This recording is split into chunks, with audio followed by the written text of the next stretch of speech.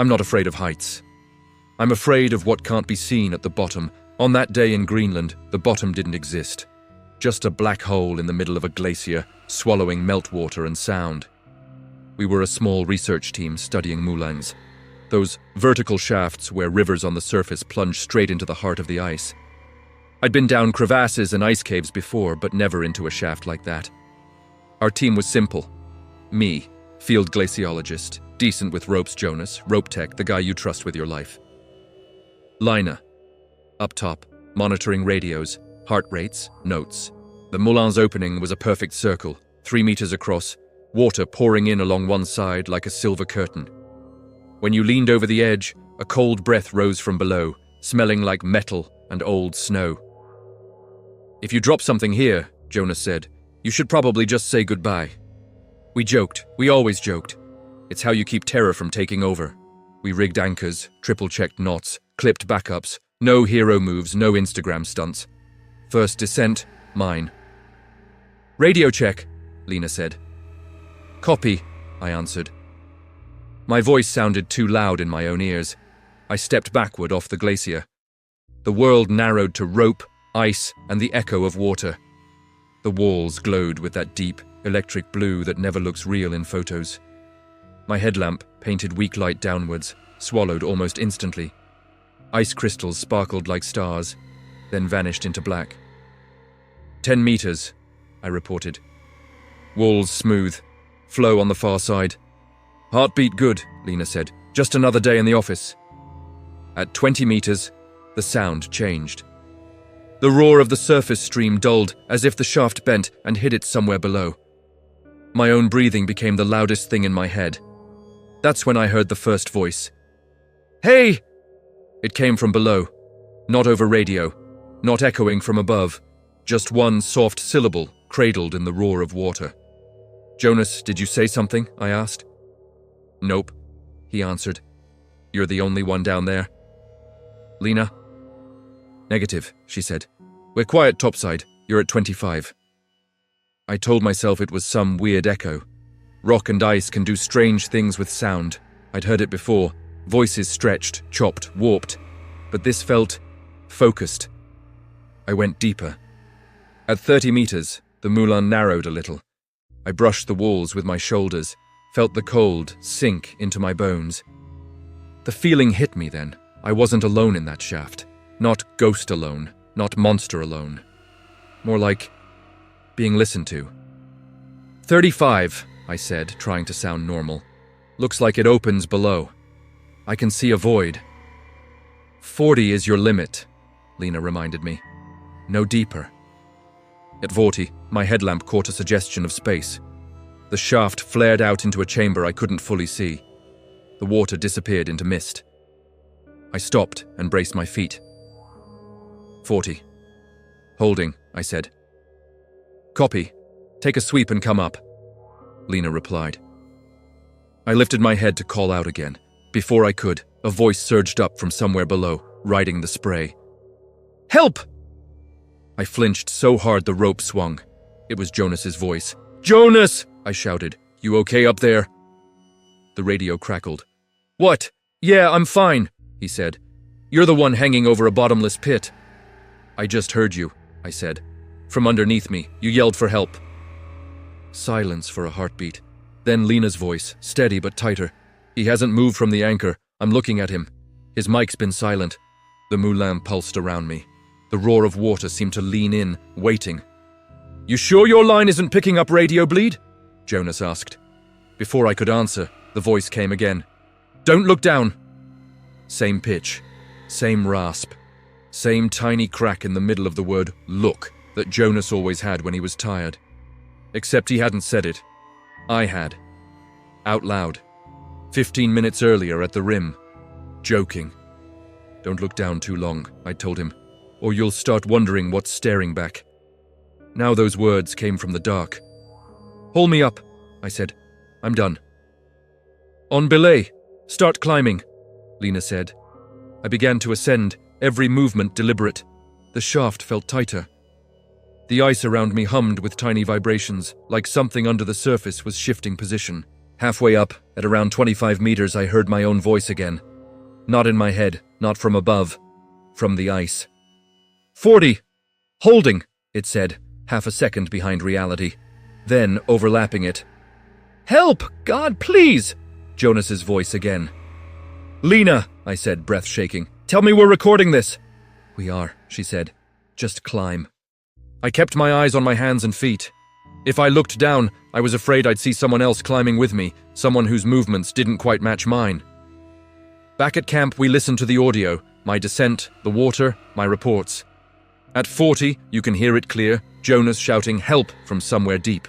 We ran a spectral analysis. It matched his voice profile almost perfectly, but his mic channel is dead silent in that moment.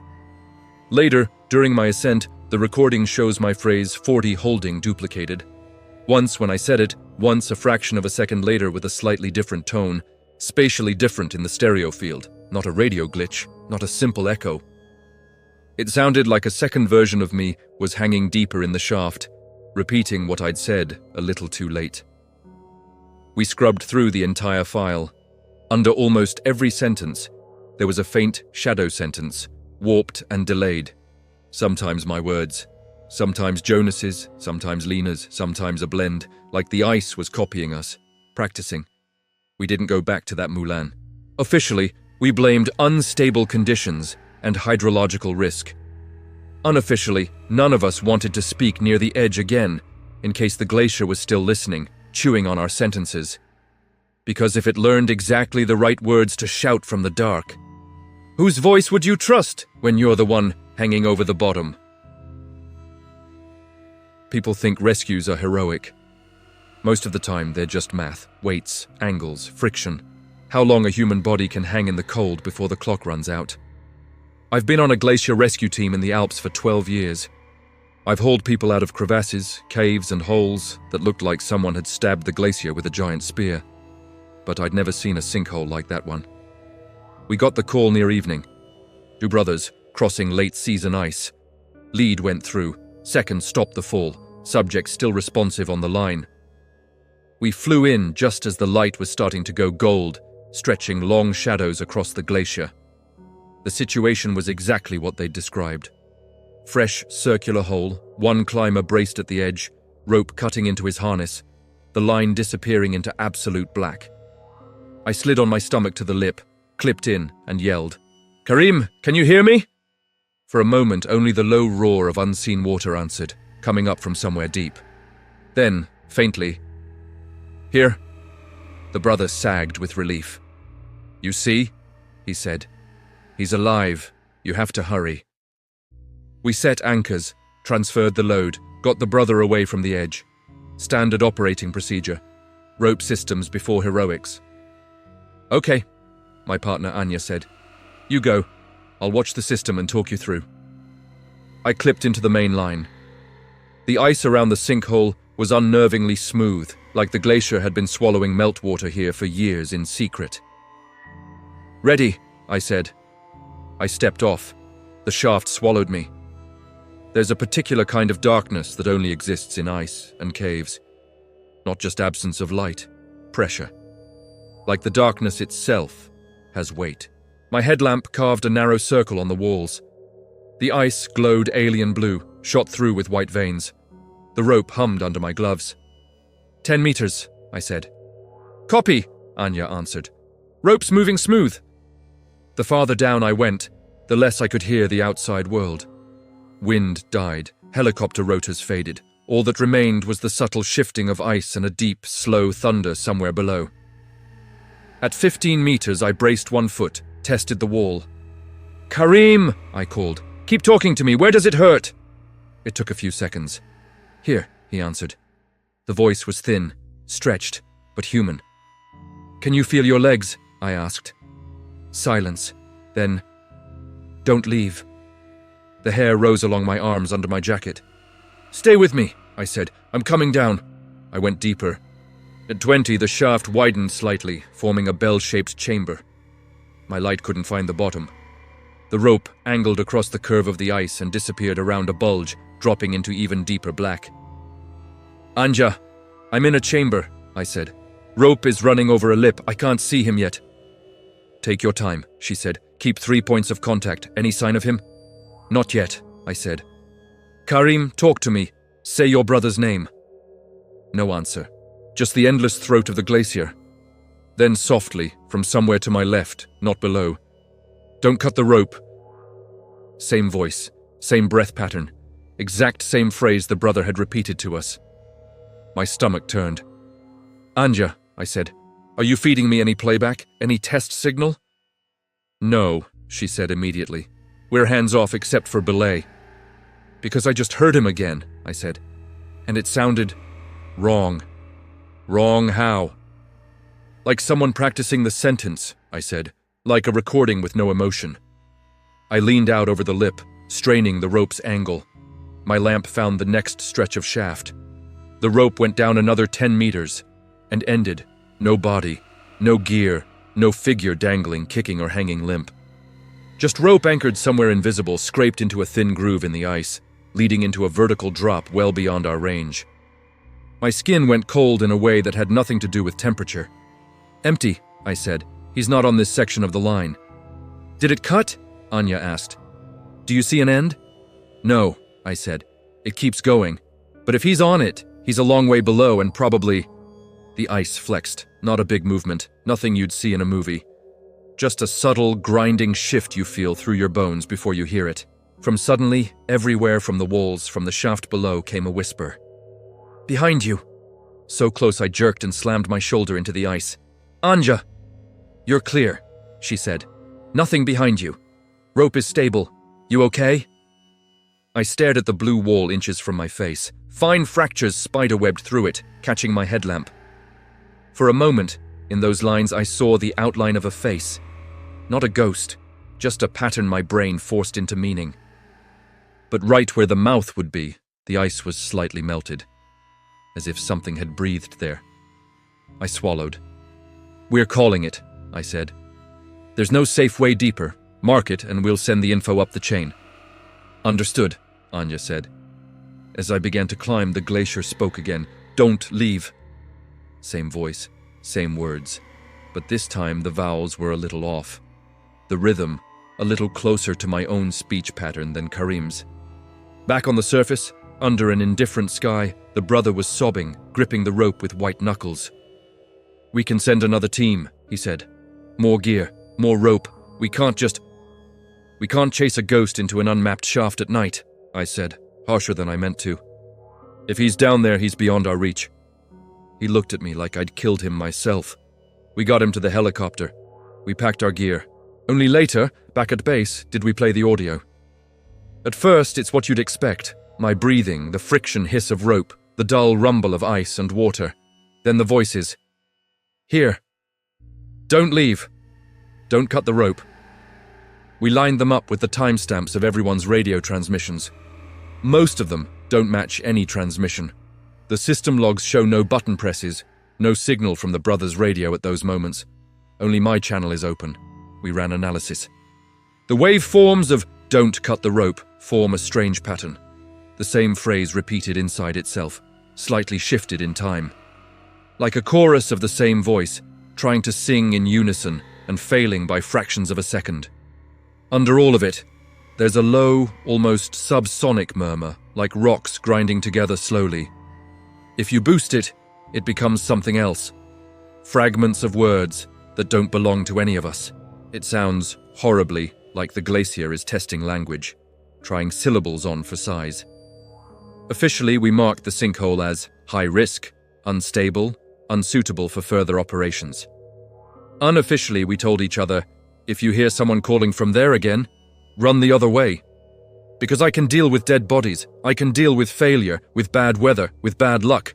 What I can't deal with is the idea that a glacier might remember the most desperate things people shouted into its open mouth, and play them back, perfectly, to whoever leans over next. Guides talk to mountains. We mutter to them, insult them, plead with them. Just one good day of weather! Don't kill this client, he paid in full. Stupid little jokes to keep the fear from growing teeth. The glacier we were crossing that week in Alaska listened. That was the problem. Our team was 3 guides on a reconnaissance mission. Me, 10 seasons on ice, no bullshit left Rory, younger, hungry, strong as a mule. Kate, the calm one, the voice on the radio that never shakes. We were scouting a route we might bring clients on next year. Nothing extreme, nothing that should have been a problem. Then we found the hole. It sat off to one side of our intended path, perfectly round, perfectly wrong. The snow had melted back from the rim, revealing smooth ice like blue glass. No snow bridges, no cracks radiating out, just a vertical tunnel into nothing. Rory looked at it like a cat looks at an open drawer. "We should at least mark it," he said. "See how deep it goes." "Or we could pretend we never saw it," Kate replied. I should have listened to Kate. We probed the immediate area, stable. We rigged an anchor, double screws, equalized backup line. "No more than 20 meters, Kate said to me. "In and out. You don't try to be a hero from a catalog." "I'm just going to peek," I said, like knocking on a door. I clipped in, checked everything twice, then stepped off the edge. The ice swallowed me in one motion. My world became a circle of pale light from my headlamp and the taut line of rope above. The walls were unnervingly smooth. No bulges, no trapped debris. Just a long, frozen tunnel. 5 meters, I said. Wall is like polished glass. "Copy," Kate said. "Remember, glacier holes are like tinder. You don't go too deep on the first try." I snorted. The joke helped. 10 meters, I reported. The light from the rim thinned. My lamp took over completely.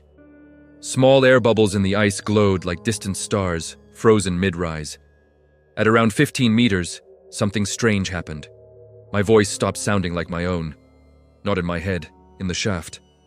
The last word of my sentence, meters, didn't just bounce.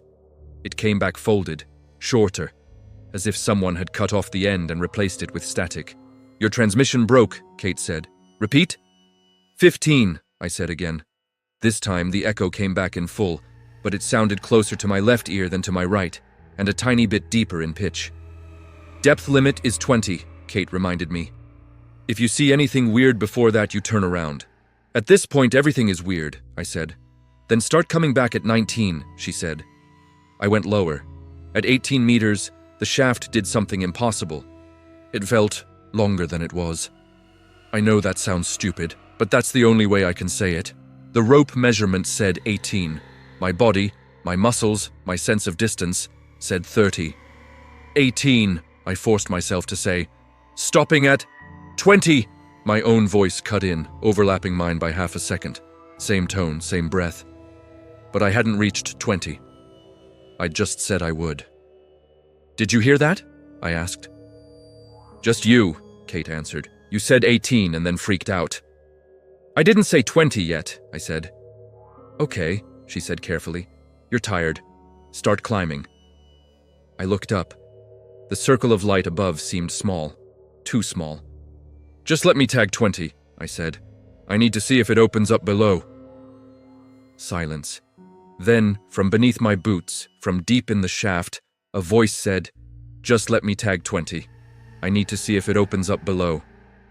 My words, my rhythm, my impatience, but twisted ever so slightly like someone mocking me. I should have obeyed Kate. Instead, I dropped the last 2 meters. 20, I said, my throat dry. Still no chamber, no water, just hole. The ice vibrated gently, like a cat purring. The radio crackled. "If you're at 20, you're done," Kate said. "Up, now." As I reached to lock off my device to start climbing, a whisper brushed the back of my neck. "Don't," it said, calm, close in my exact voice.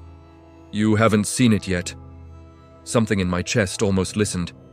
It's hard to explain that moment. It wasn't a ghostly compulsion or some supernatural hypnosis. It felt more like someone had perfectly mimicked the way my brain talks to itself when I'm about to break a rule. Just one more step. Just a second longer. Just to see. I braced my feet. Stared into the dark, and for a heartbeat, I wanted to go deeper, more than I wanted to live. Then Kate's voice snapped through my headset like a hand across the face. "If you don't start coming up in 5 seconds, I'm hauling your stubborn ass," she said. You hear me? I started climbing. The ascent was wrong. Not technically. My systems were fine. The rope was good. My gear behaved. But everything in my body said the shaft was getting longer as I moved. 10 meters, Kate said at one point. You're almost there. It doesn't feel like 10, I said through clenched teeth. Trust the rope, not your feelings, she answered. The ice chuckled. I swear I heard it, not in a cartoon way, not a booming laugh, more like a long, broken crack somewhere deep in the glacier, stretched and slowed until it sounded almost human. Then my own voice, everywhere at once. Trust the rope, not your feelings! Kate sucked in a breath on the line. You heard that? I demanded. Yes, she said, and I am absolutely going to pretend we didn't. Hands grabbed me a moment later. Rory and Kate hauled me over the lip and onto the glacier like they couldn't wait to get me away from that hole. For a second, the sky above us looked wrong. Too bright, too big, like I'd been somewhere much farther down than 20 meters. The radio crackled on my chest. I hadn't touched it. Just a second longer, my own voice said, faint but clear. Just to see. Rory turned whiter than the snow. Turn that thing off, he said. I did. From the mouth of the hole, barely louder than the wind, we heard one last murmur. Don't leave. This time, the voice almost had Kate's cadence. That night, in the tent, I lay awake listening to the glacier shift and breathe. Every creak sounded like words forming too slowly to hear. At some point, I gave in, pulled out my recorder, and whispered into it. If you can really hear me, forget my voice, forget what I sound like. I played it back. On the first run, it was normal. On the second, under my words, there was a faint echo.